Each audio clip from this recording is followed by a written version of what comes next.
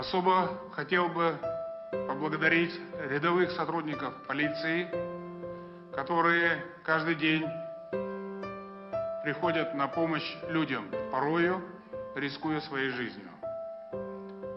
Мы помним недавний подвиг в городе Атырау, где сержант патрульной полиции Шалхар Ахмгалиев погиб, спасая тонущую девушку.